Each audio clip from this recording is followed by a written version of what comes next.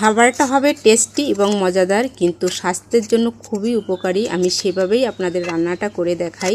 দেখেন, এই খাবারটা আমি একইভাবে রান্না করেছি। গরমের দিনে আপনাদের স্বাস্থ্যের জন্য খুবই ভালো এ ধরনের খাবার রান্না করা। নমস্কার, শর্মা কিচেনে সবাইকে স্বাগত। খুব গরম পড়েছে। গরমের দিনে শুধু যে পাতলা খাবার খেতে ইচ্ছে করে তা না, একটু টেস্টি মজাদার খাবার খেতে ইচ্ছে করে। আজ আমি টেস্টি মজাদার খাবার রান্না করব। আলু পটলের তেল ঝাল রান্না করব কই মাছ দিয়ে। খুব সুন্দর লাগে খেতে। আর সাথে আমি পাঁচমিশালি শাক তুলে নিয়েছি, সেই শাকটা রান্না করব।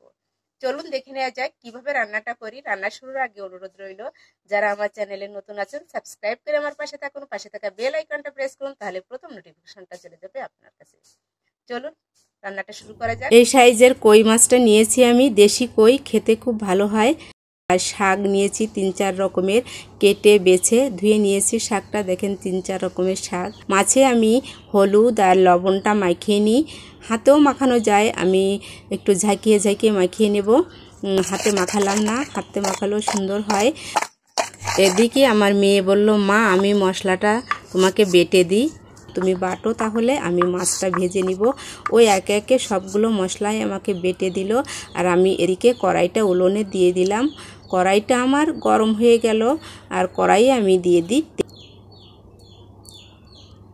তেলটা দিয়ে দিলাম। আর তেল দিয়ে আমি খুন্তি দিয়ে একটু নাড়িয়ে নিলাম। তেলটা গরম হয়েছে, মাছটা দিয়ে দিলাম। মাছটা দিয়ে আমি আস্তে করে খুন্তি দিয়ে নেড়ে নেড়ে মাছটাকে সুন্দর করে ভেজে নিলাম। উল্টিয়ে পাল্টিয়ে দিতে হবে, সুন্দর করে ভেজে নিতে হবে। খুব জোরে নাড়াচাড়া করলে মাছ ভেঙে যেতে পারে, তাই আস্তে আস্তে নাড়িয়ে নাড়িয়ে মাছটা ভেজে নিতে হবে। সুন্দর করে মাছটা ভেজে নিলাম।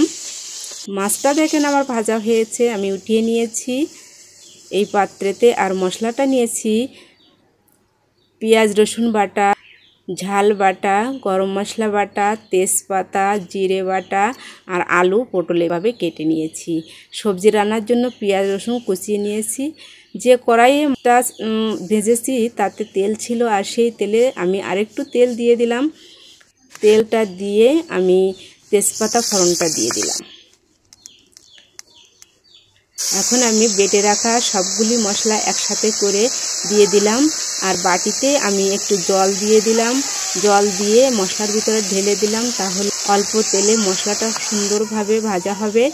আর মশলাটা ভালো ভাজা হলে বা কষা হলে তরকারিটার স্বাদটা বেশি ভালো হয়। দিয়ে দিলাম পরিমতন হলুদ আর লবণ।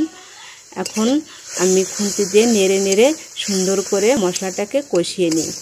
অল্প তেলে রান্না করলে অবশ্যই আপনারা একটু জল দিয়ে মশলাটা কষিয়ে নেবেন, তাহলে অল্প তেলে মশলাটা পুড়ে যাবে না, সুন্দরভাবে কষিয়ে নেওয়া হবে। আমি মশলাটা কষিয়ে নিলাম। এখন আমি কেটে রাখা আলু আর পটলটা দিয়ে দিই। আলু আর পটলটা দিয়ে আমি পটলটাকে সুন্দরভাবে কষিয়ে নিলাম এই মশলা দিয়ে। আলু পটলটা কষা হয়ে গেল সুন্দরভাবে। দেখে এখন আমি দিয়ে দিই পরিমাণ মতন জলটা দিয়ে আমি আরেকটু নাড়িয়ে নিলাম খুন্তি দিয়ে। আর কয়েক মিনিট আমি জাল করে নিব, কারণ যখন তরকারিতে উতরনি উঠবে তখন আমি মাছটা দিয়ে দিব। তরকারিটার উতরনি এসেছে, মাছটা আমি দিয়ে দিলাম। কয়েক মিনিট আমি জাল করে নিই। আর কয়েক মিনিট জাল করে নিলাম। আর এখন আমি বেটে রাখা গরম মশলাটা দিয়ে দিলাম। আবার আমি 3 থেকে 4 মিনিট জাল করে নিব।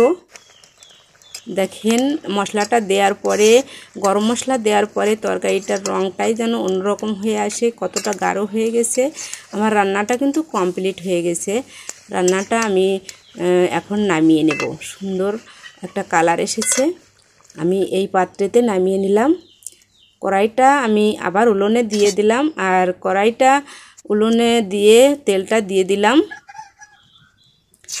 কেটে রাখা পেঁয়াজ রসুন এবং কাঁচা ঝাল একসাথে দিয়ে একটু গ্রেভি কালার করে ভেজে নিলাম। আর এখন আমি কেটে রাখা যে শাকটা সেটা দিয়ে দিলাম।